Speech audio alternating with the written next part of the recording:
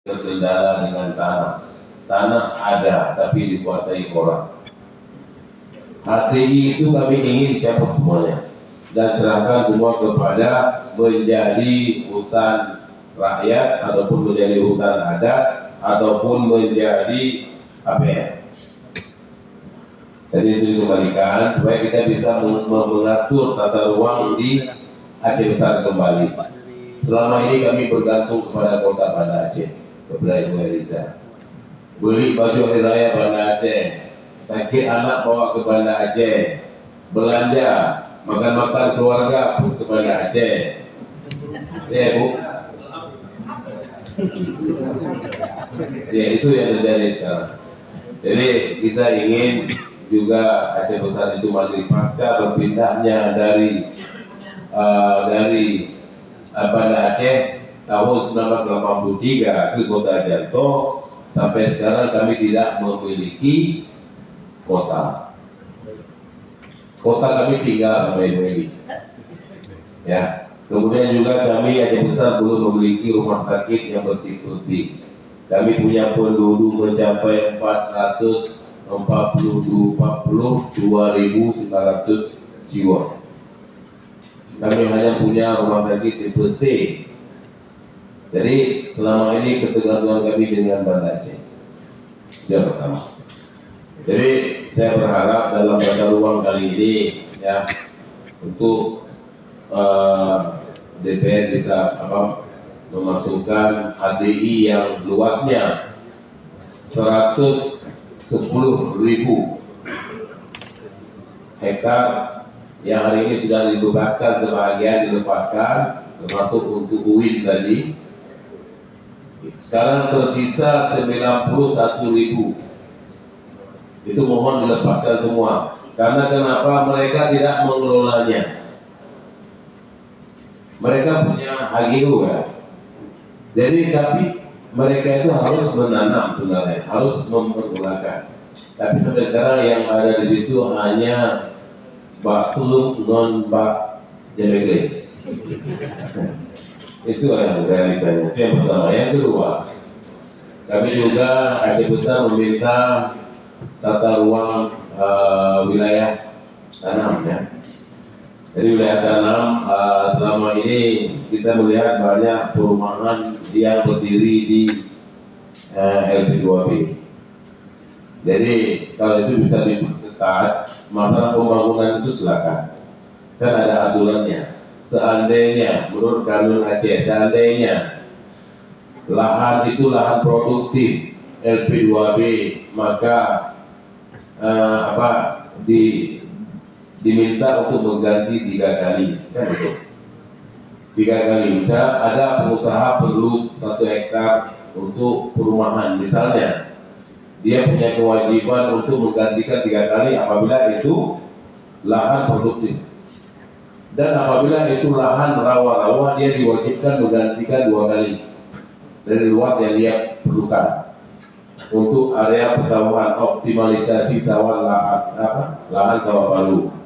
Kemudian apabila memang itu tanah kosong tidak terproduktif, maka dia wajib menggantikan 1 kali. Itulah Kanun Aceh Barat tersebut. Kanun Aceh Besar ya. Itu disebutkan wajib untuk menggantikan. Menyangkut dengan hutan lindung, ada satu perusahaan yang namanya PT Maes, mungkin sudah ke sini orangnya. Mereka mencari kekuatan supaya mereka bisa mendirikan. Di PT Maes itu ingin membuat sebuah pembangkit listrik tenaga bayu yang berlokasi di Kecamatan Pekanbadak dan Kecamatan Lunga, tepatnya di Gunung Gulemo. Jadi di sana itu anginnya mungkin lebih kencang ya. Jadi hari ini lahan tersebut sudah diklaim oleh pemerintah itu sebagai hutan lindung. Padahal itu hutan rakyat. Menurut sejarah, mereka sudah menggarap kebun di situ mulai dari Belanda masuk ke Aceh. Ketika masa perang dengan Belanda, mereka sudah menggarap. Kemudian ketika Jepang masuk ke Aceh, mereka mengungsi. mengungsi ke wilayah Bilui, Lambaro Bilui, ke wilayah Simpang 3 sekarang, Sibre, dan sebagian seputaran itu. Kemudian ketika Belanda keluar tahun 45, mereka kembali menggarap kebun-kebun mereka yang ada di Lampu, Lamlong, kawasan Gurah, kawasan Ujung Pacu, dan juga kawasan Pulau Aceh. Tapi hari ini di 2013 diklaim sebagai hutan lindung. Ini dari dasarnya dari mana itu? Itu yang pertama. Yang kedua, kita meminta kepada DPR Aceh dalam hal ini Komisi 4 untuk mengeluarkan hutan lindung yang ada di kebun rakyat. Dan bukan hanya di Kecamatan Longa, tapi hampir di seluruh Aceh Besar juga ada. Karena kami semua dikeliling selain daripada laut dan juga hutan lindung yang di kami. Kemudian menyangkut dengan Aceh Besar sekarang sedang mengusulkan satu wilayah yang akan dimegahkan, yaitu wilayah CDOB, ya, wilayah Kabupaten Baru, yaitu di 7 kecamatan, yaitu kecamatan Darul Imarah, kecamatan Darul Kamal, kecamatan Pekanbadak, kecamatan Longa, kecamatan Lepung, kecamatan Long, dan kecamatan Pulau Aceh. Ini sedang diusut. Jadi mereka juga sekarang sedang mempersiapkan sebuah wilayah, yaitu sebagai ibu kota kabupaten yang akan dimegahkan. Jadi itu tepatnya di Kecamatan Longa.